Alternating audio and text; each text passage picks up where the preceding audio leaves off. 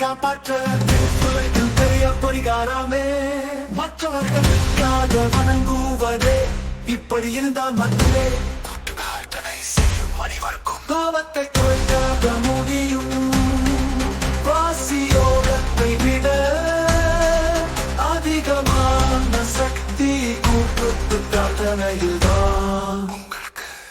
அப்படியே நிச்சயம் கூட்டு பிரார்த்தனை மூலம் அனைவரும் ஒன்றாக இருந்தால் பாவம் குறையும்.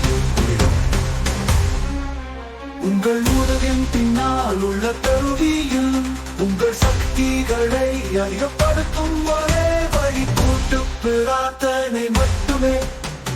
கூட்டு பிரார்த்தனை செய்தால் மட்டுமே அப்பனே உங்கள் நிச்சயம் சக்திகள் கூட்டப்படும்.